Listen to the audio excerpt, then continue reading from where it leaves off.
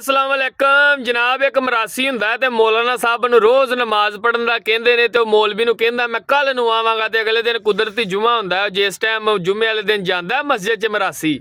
ਉਹ मौलाना नूं वेख के उच्ची उच्ची नारे मारने शुरू कर दिंदा है।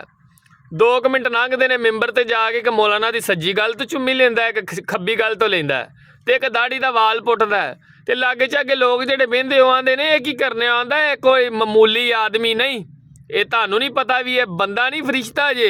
ते यह जिहड़ा दाड़ी दा वाल है ना ये बड़ी एक नियाब शै इहनूं मामूली चीज़ ना समझिओ ते मैं तबरक तौर ते एक पुट्टिया ते मैं तवीज़ च मड़ा के अपने गल च पाना है।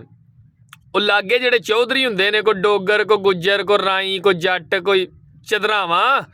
ਉਹ ਕਹਿੰਦੀਆਂ ਨੇ ਵੀ ਇਹ ਮਰਾਸੀ ਹੋ ਕੇ ਤਬਰਕ ਲੈ ਚੱਲਾ ਅਸੀਂ ਤੇ ਬਹੁਤਾ ਤਬਰਕ ਲੈਣਾ। ਉਹ ਉੱਠਦੇ ਨੇ ਤੇ ਮੌਲਵੀ ਦੀ ਦਾੜੀ ਖੋਣੀ ਸ਼ੁਰੂ ਕਰਦਿਆਂ ਮੌਲਵੀ ਨੂੰ ਖੌਦਾ ਕਰ ਛੱਡਦੇ ਨੇ ਤੇ 2 ਮਿੰਟ ਲੰਘਦੇ ਨੇ ਤੇ ਮਰਾਸੀ ਕੋਲ ਜਾ ਕੇ ਖੋਲ ਹੀ ਕੰਨ ਦੇ ਕੋਲ ਆਂਦਾ ਹਾਂਜੀ ਆਵਾਂ ਕੱਲ ਨੂੰ ਨਮਾਜ਼ ਪੜ੍ਹਨ।